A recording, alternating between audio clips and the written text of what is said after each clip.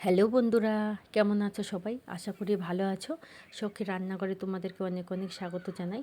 আজকে তোমাদের সঙ্গে আরও একটি রেসিপি শেয়ার করব, কুমড়ো আমের টক। কুমড়ো আমের টক করার জন্য প্রথমে আমি কুমড়োগুলোকে ভালো করে কেটে ধুয়ে পরিষ্কার করে নিয়েছি। এখানে আমি আমও নিয়ে নিয়েছি। এবার কড়াইটা গরম করে নিয়েছি, তেল দিয়ে দেব। তেলটা গরম হয়ে গেছে, জিরে দিয়ে দেব, একটা শুকনো লঙ্কা দিয়ে দেব, আগে থেকে কেটে রাখা কুমড়োগুলো দিয়ে দেব। ভালো করে একটু নেড়ে দেব। পরিমাণ মতো লবণ দিয়ে দেব, একটু মিশিয়ে নেব। পরিমাণ মতো হলুদ গুঁড়ো দিয়ে দেব, আবার একটু ভালো করে সব কিছু মিশিয়ে নেব।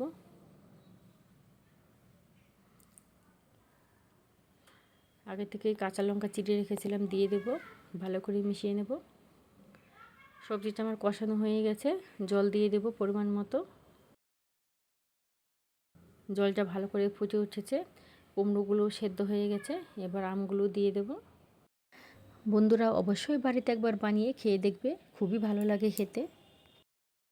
তরকারিটা প্রায় হয়ে এসেছে, অল্প একটু চিনি দিয়ে দেব। তরকারিটা হয়ে গেছে, তুলে নেব। বন্ধুরা রেসিপিটি ভালো লাগলে অবশ্যই লাইক, কমেন্ট, শেয়ার এবং সাবস্ক্রাইব করে দেবে।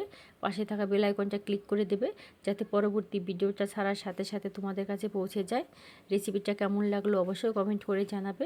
দেখা হচ্ছে নেক্সট ভিডিওতে। সবাই ভালো থেকো, ধন্যবাদ।